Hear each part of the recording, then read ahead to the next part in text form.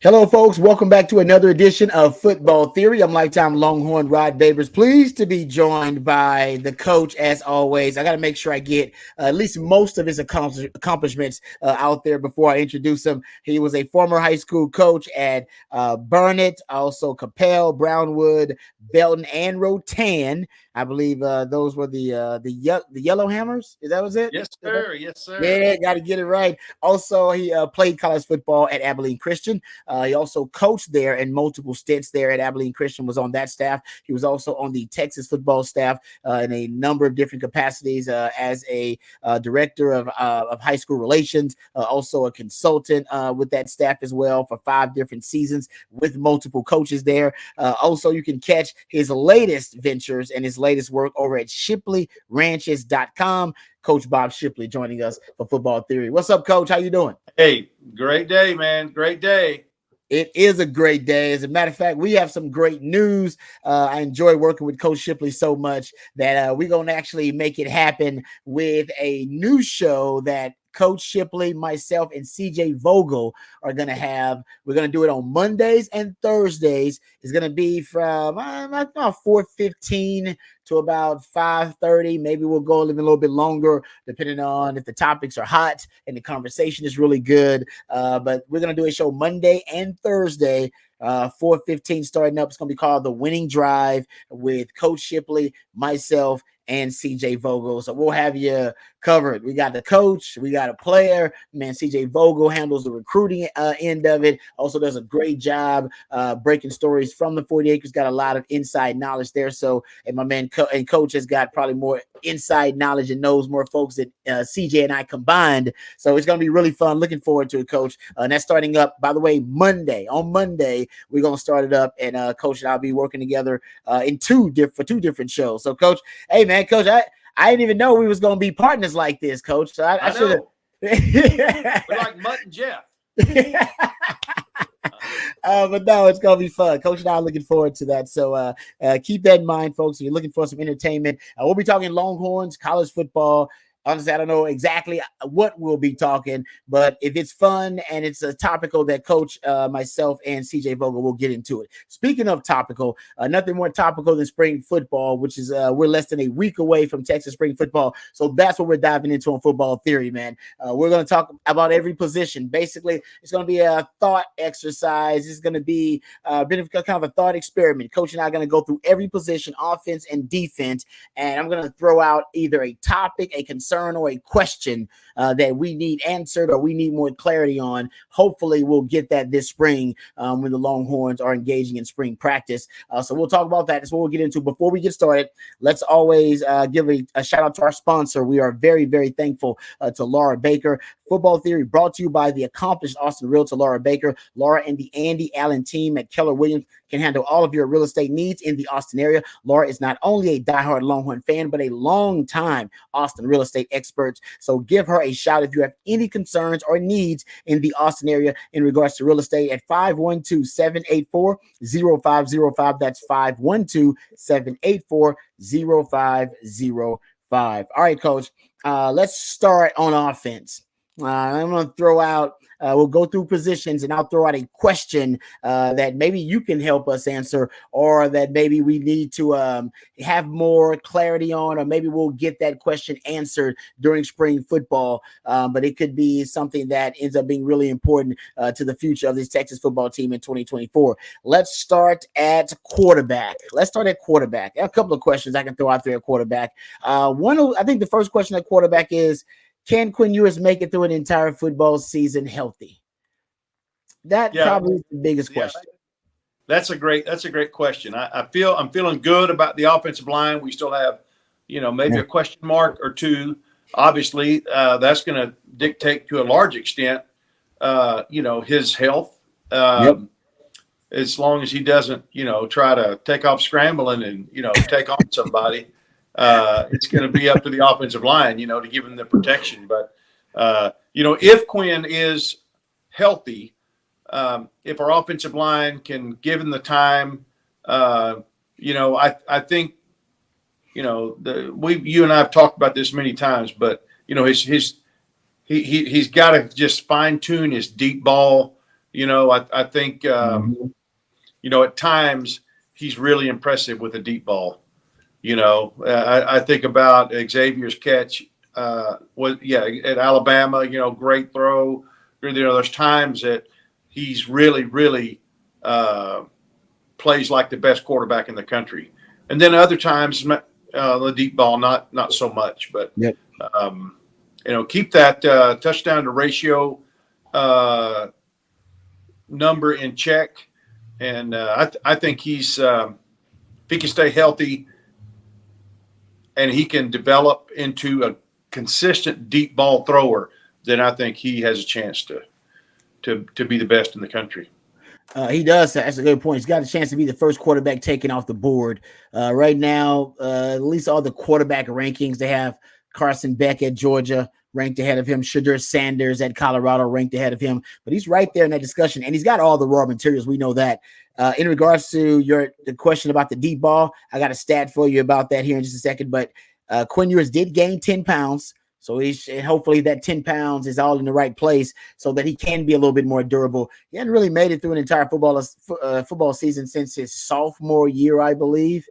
So that's one of the big questions I think scouts want to answer. And putting on some armor is a nice way to do that for Quinn. And you said it, Coach. You got to make better decisions when you're running the football. You can't try to run over linebackers. Nobody's questioning your testicular fortitude, Quinn. If you're going to be a franchise quarterback in the league, they want to see you make better decisions about protecting that investment. They're going to obviously invest a lot of money in you if you're going to be the face of a franchise. About Quinn being a better deep ball thrower, he completed 33% of his passes that traveled 20-plus yards or more in the air last season. That was good for 76th in the FBS. When you have weapons like Xavier Worthy and A.D. Mitchell, who are both going to be first-round picks potentially in the NFL draft because of their speed and explosivity, there are a lot of Longhorn fans, that question whether Texas were effective enough cashing in on some of those deep balls down the field. And I'll give Sark credit. Sark wants to complete more deep balls, but he realized that his quarterback's not great at it, so he decided to, decrease the amount of deep balls within the offense. And they still were a really explosive offense. But think about if they were better with the deep ball, how lethal this offense could be. Yeah, no doubt about that. And I think another thing that this the whole offense, staff and personnel on the field, I just think the red zone focus has got to be just you got to have that killer mentality, man. You got to be able to put drives away, finish drives, and I don't know. Some of that is certainly a play calling, but probably a pretty large percentage of it. But still, it's just guys out on the field having the type of attitude that they can't keep us out of the end zone. We're going to get it in the end zone. And just expect that to happen. And I don't know that we expected it last season. We seem to be a little bit, shoot ourselves in the foot somehow. We get sacked, get negative yardage somehow, and we just weren't able to. I know I can't remember the exact. You're my stat guy, but red zone offense was one of the lowest in the country, if I remember correctly. Yeah, they were 120th in the country in touchdown percentage in the red zone, which is why they lost games, right? You lost that Oklahoma game because they had a goal line stand. You had a turnover in the red zone. Why'd you lose that Washington game? Well, go look at the red zone offense for Texas in that game versus Washington. So, yeah, I'm with you, Coach. There's no doubt. I mean, not for if your red zone offense was even average, you would have been undefeated and playing for a national title last year.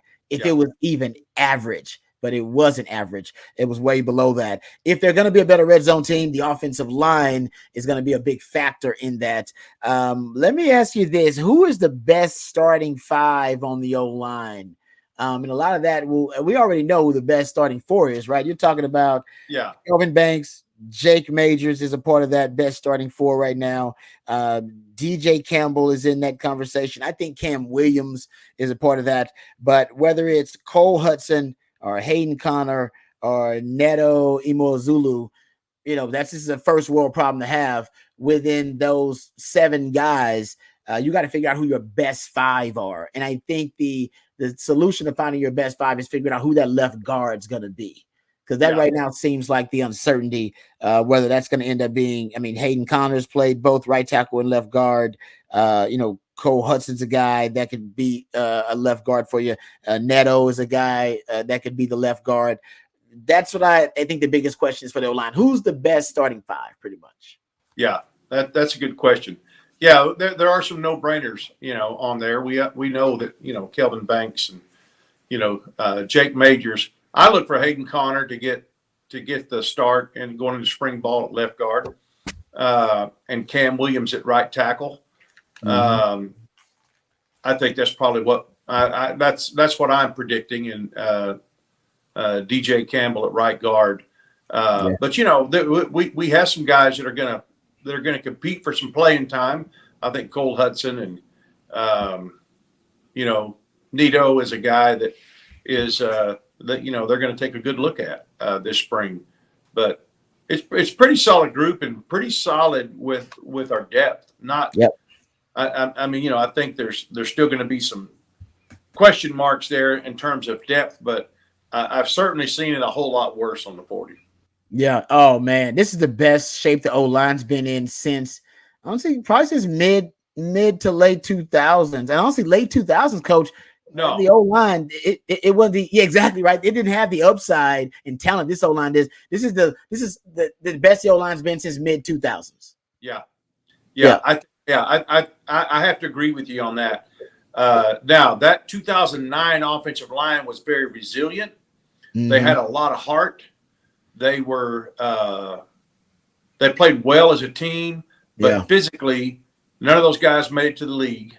That, if I remember correctly. And as a matter of fact, I asked people to tell me who the running back was, starting running back for the majority of that season, and most people can't tell me. We played for the national championship, and we did not have. We had a undersized, probably overachieving offensive line, and we had a no-name running back.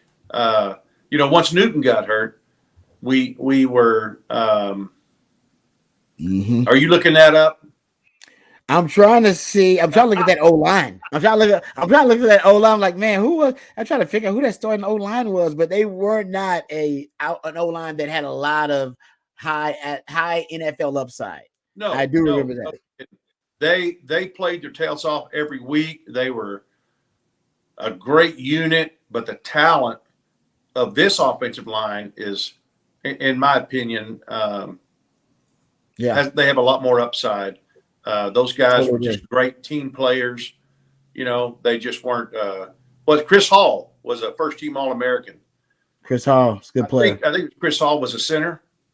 Chris Hall, you're right. Yeah. Yeah, and then after that season, he starts running and getting in shape, and he looks like. I mean, he weighs about 190 pounds or something. I know. Nothing is weirder than seeing an O lineman who lost weight. It's always great because it's healthy for him. But when you see these O linemen, like you see Dan Neal, and you see these guys, and they've lost like 100-something pounds, it's like, dude, you just look like a smaller version. The guy that I knew with the same head and everything. It's weird, man, to see somebody. Then you see the wide receivers and running back blowing up. That's right. That's right. That's a great point, coach. You do all the skill position guys. They seem to blow up a little bit. But I don't think we're going to have any guys off of this starting offensive line coming into this spring that's going to come back and weigh 190 pounds after. I mean, these were just big guys. These are big humans. Guys that are God. I mean, you can do some things to enhance it. You can do some things to fine tune, but those are God-made bodies right there, man. And they're made and built for this. They're not guys that, gained a bunch of weight and got strong. And then 3 years later, you look back and go, yeah, you weren't an offensive lineman. These guys are always going to be offensive linemen. Always. They're always going to be known as offensive linemen. And it's just a really exciting time to be able to have the opportunity or the potential to have one of the best offensive lines since Vince ran it in at the Rose Bowl. I agree with you, Coach, on that. There's no doubt. Let's move to running back. Biggest question at running back, at least for me. Honestly, there are a couple of questions I guess we could throw out there. I wonder about the play distribution. How you going to divide up the snaps and the reps between a Cedric Baxter and a Jaden Blue?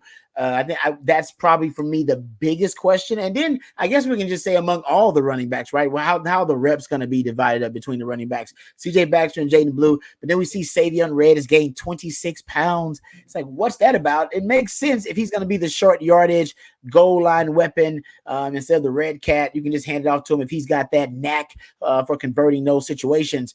Or maybe he's going to be your modern fullback. I don't know, like a Chris Obanaya or what Shano has with Kyle Juszczyk. I have no idea what Sark is thinking about with that, but I'm sure they have a plan.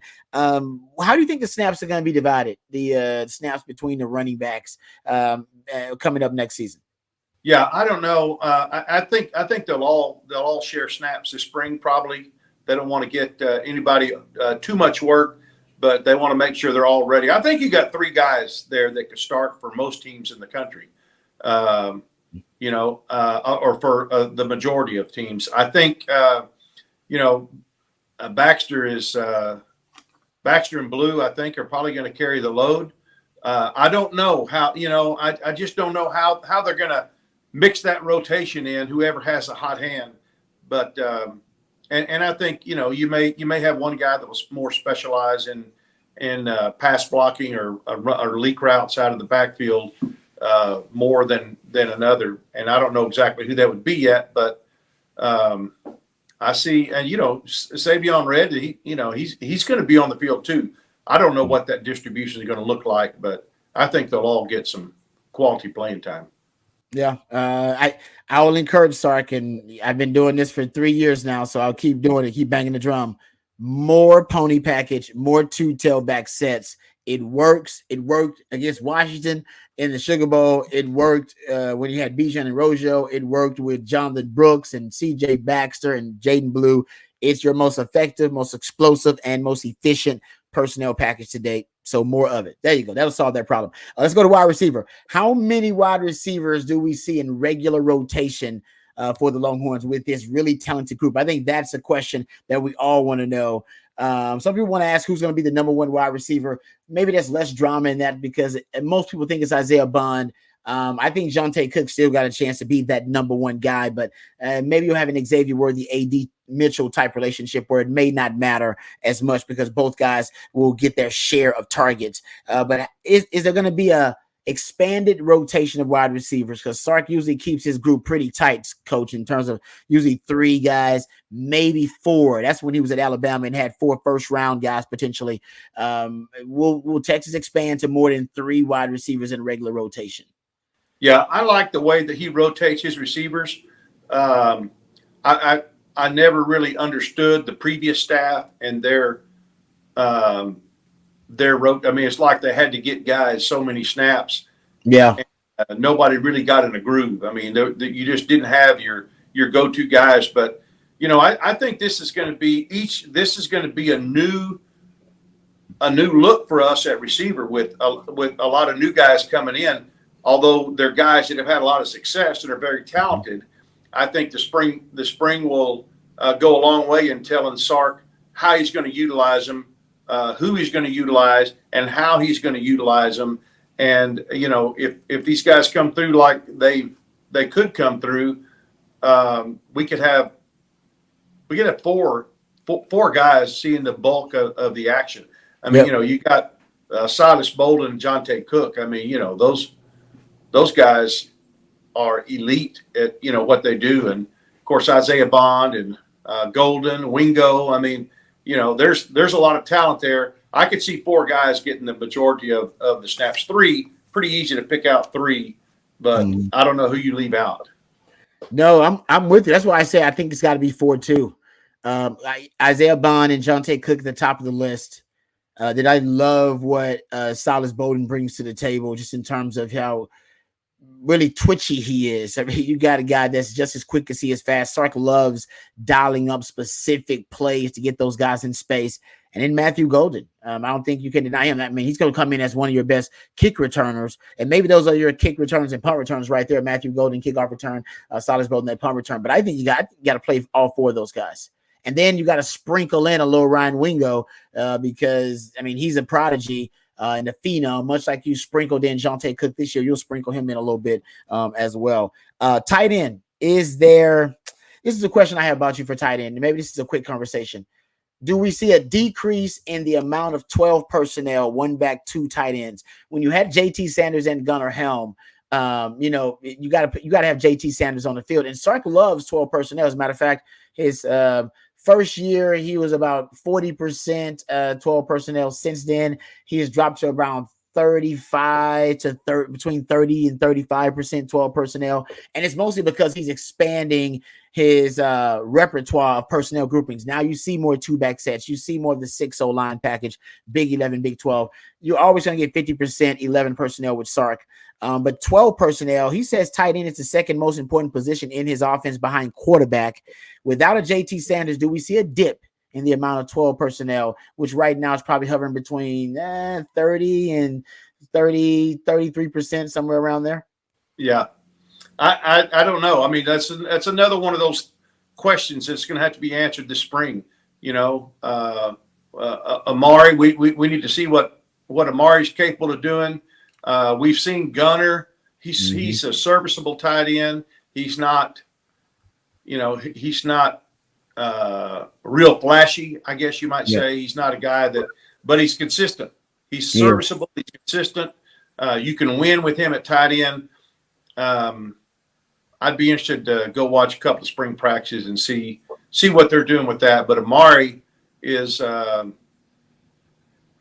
he gives you the possibility to have a two tight end package. And then, with the other guys, Juan Davis and Malik, I don't know. We just need to see what those guys can do this spring. Yeah, that's why I wonder if, they don't get what they like at tight end, if you'll see an increase in maybe 10 personnel, the red package that he had at Alabama when he had 4 wide receivers on the field, 1 back, 0 tight ends, an increase in the 2 tailback sets that I've talked about, the pony package, an increase in your 6-0 line package, because those are positions where you have an embarrassment of riches in right now. You got a lot of wide receivers that are talented. You got a lot of O linemen that are talented. You're deep there. You got a lot of running backs that are talented. You're deep there. Not as deep at tight end. Why force the issue? Put your talent on the field, and you got packages to do that. That's why I predict maybe a decrease in 12 personnel, slight decrease. Let's jump to the defensive side of the ball. D-line.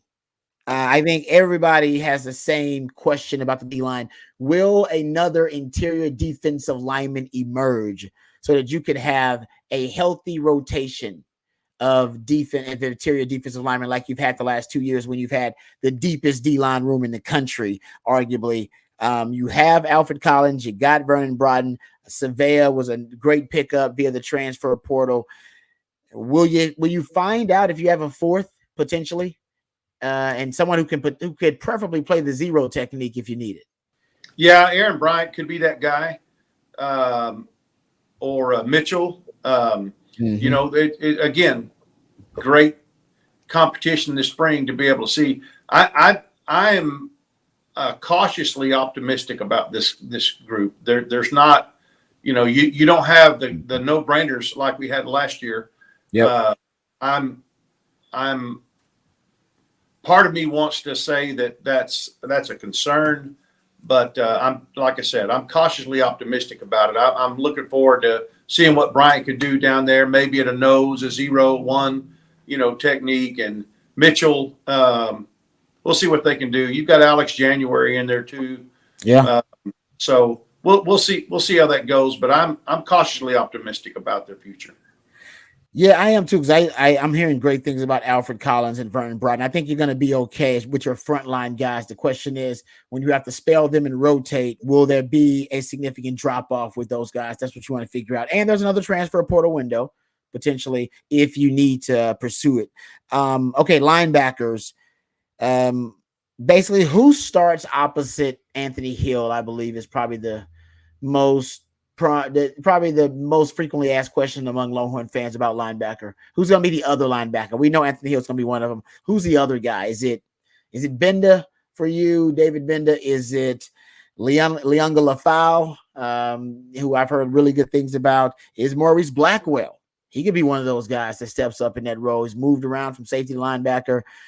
Now, who do you think, Coach? Who do you think has the the best chance to win that job this spring? Well, I don't know. That's going to be fun to watch for sure.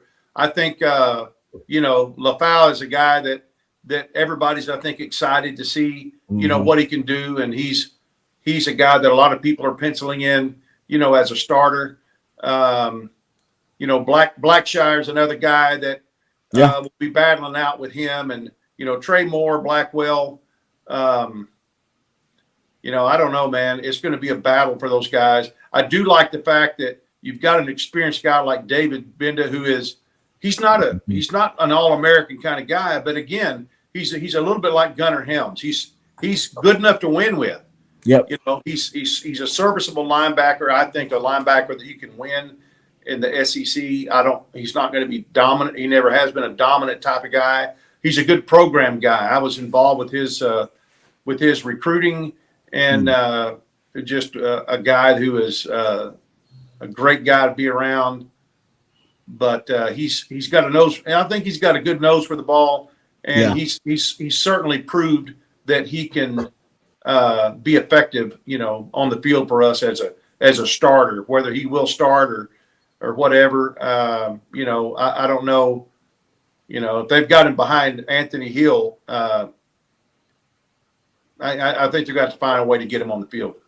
Yeah, no, that's a good point there. And Leonga Lafau, I think, is the popular pick by a lot of folks. A lot of expectations for him. Let's get to the defensive backs. It's my realm. And I think the biggest question about the defensive backs, if you want to go overall, I got a ton of questions I can throw out there. But will the secondary be a strength this year? Because I don't believe the secondary has been a strength since Sark's got here. I think, at coverage at times has been a liability even. You can't say they're a strength. The linebacking core at one point has been a strength for Texas.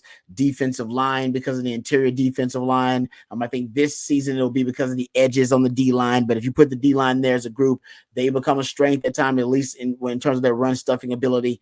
The O-line, I think, will be a strength this year. Quarterback has been a strength. Wide receiver and tight end has turned into a strength. The coaches have done a good job of developing talent to become essentially where they can be strengths of the team and not weaknesses, where you don't have holes in your roster pretty much. The secondary hasn't really achieved that just yet.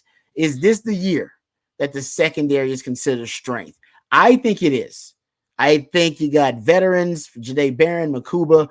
I expect big things from Malik Muhammad. I expect him to take an exponential leap. I love Derek Williams' game. Even toward the end of last year, the light started to come on for him.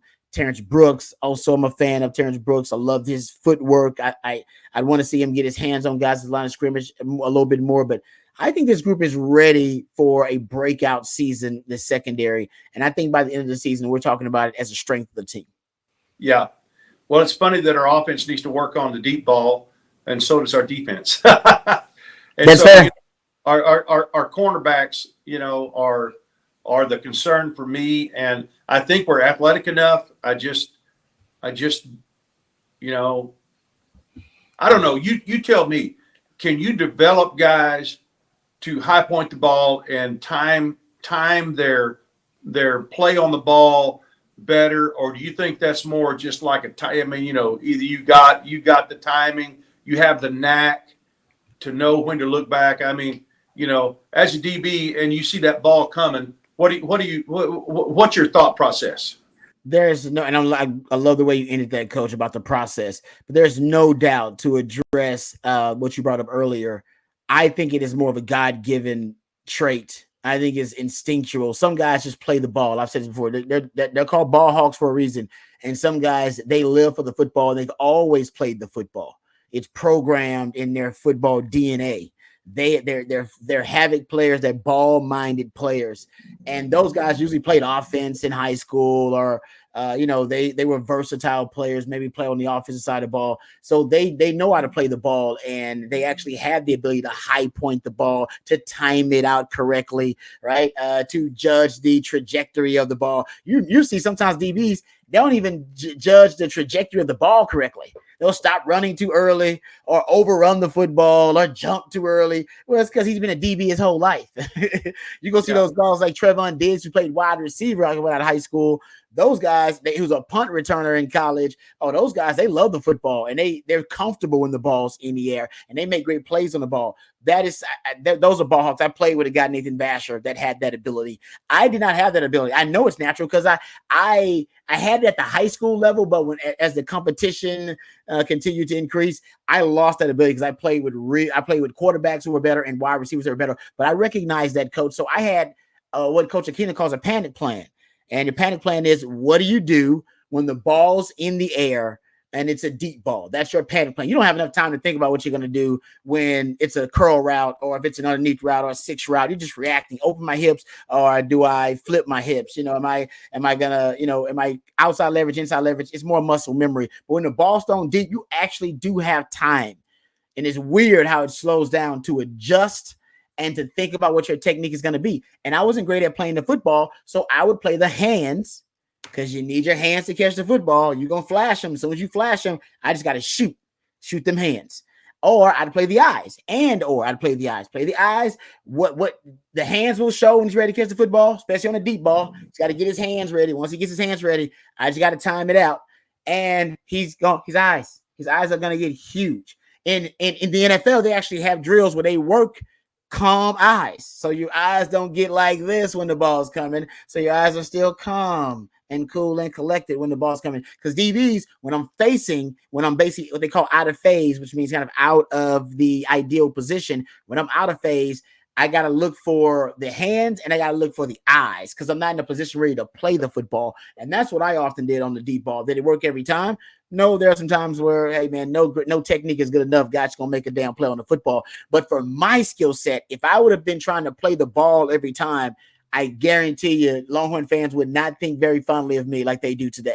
All right. Because that wasn't my skill set, coach. And I look good trying to do it. But then at the end, I would have not gotten the desired result. So I think what you have now is players who don't, first of all, they're what I think is wrong from DB coach perspective. They're telling them how to play every football. And you can't be that rigid in your coaching. You have to give the players tools so that they can determine in what situation and circumstance they need to apply those tools and use those tools. You can't say, hey, every deep ball, you have to play it this way. Because as you know, coach, that's never going to be applicable because the play is never going to work out that way. I'm never going to be in the same position every time. So you have to figure out what tools you need to be successful in that situation. And I was fast enough to always be in a decent position on the receiver. Was I skilled enough to be able to play the football in the air? I didn't think so.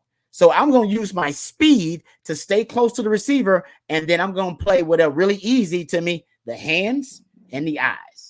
Yeah. And some guys, I don't think they do an honest evaluation about their skill set and know if are you a ball hawk? Are you a ball-minded defender? Or are you a guy like Rod B who's more of a technician? And hey, man, I got to play the man. I'm worried about, I can't let my man beat me because my man will lead me to the ball. I'm a man leads the ball guy. Some guys are, nope, they're ball-centric and the ball at all costs. And I wasn't that guy. So as a DB, I would say oftentimes the coaches who are being too rigid in how they need to play every deep ball, because you can't play it the same and guys are trying to play it like the coach told me to instead of doing what's most comfortable to them. And number two, they don't have a panic plan. And my panic plan was always eyes, hands. Once I get them, I'm going to find the eyes and I'm going to find the hands and I'll break it up. Or that's my best chance at breaking it up. Yeah. I always saw, not always, but many times saw a correlation with receivers and DBs that were good basketball players because they understand body positioning. Yeah. And they understand, for example, a lob pass or something, going up and positioning your body, whether it's a rebound or whether it's a lob pass inside or whatever, to high point the ball, to shield the defender. And, it's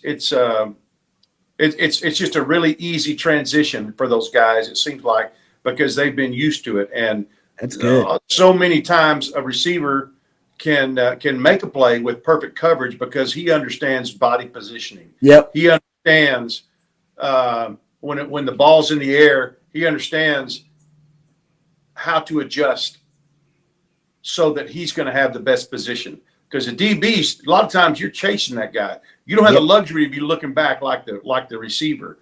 And then, of course, the receiver, the hardest ones to cover are the guys that aren't cool, and they'll put their hands up at the last minute and snag it. Mm-hmm. You know, those guys running like this are the ones that you like to cover because you know they're not very well coached, and not many of those guys around anymore. It's become so technical, you know, to flash your hands. Yeah, no doubt. Right. But anyway, back to our secondary. I think our DBs are going to get a lot of work on the deep ball because in one-on-ones and so forth, because our offense is going to certainly be, you know, trying to develop their success rate on the deep balls. But I'm cautiously optimistic about this bunch. Yeah, I think we should be, man. I think it could end up being a strength overall. All right, before we get out of here, let's once again thank our wonderful sponsor. We appreciate all the support of our Laura Baker. She is an Austin real estate expert and can handle all of your needs, all your concerns in the Austin area in regards to real estate. Football Theory is brought to you by Laura Baker and the Andy Allen team at Keller Williams. That can handle all of your real estate needs in the Austin area. Just give her a call today at 512-784-0505. That's 512-784-0505. Laura is not only a diehard Longhorn fan, but a longtime Austin real estate expert. So reach out and acquire her services today if you need them at 512-784-0505. Hey, Coach, thanks for the time. As always, can't thank you enough. I leave smarter every time I'm done with Football Theory because of your knowledge. Thanks, Coach. Enjoy the weekend. Hey, I'm going to, man. I can't wait to hook up with you Monday afternoon. That's right. Drive, baby. Winning Drive. Glad Coach reminded me. Starting on Monday, myself, Coach Shipley, and my man CJ Vogel. We're going to be doing a show Monday and Thursday starting at 4:15. So come check us out. It's going to be a lot of fun. I'm looking forward to that. Until next time, thank you guys for watching and listening to Football Theory. Thank you to Laura Baker as well. Thank you to Coach Shipley. And until next time, hook 'em.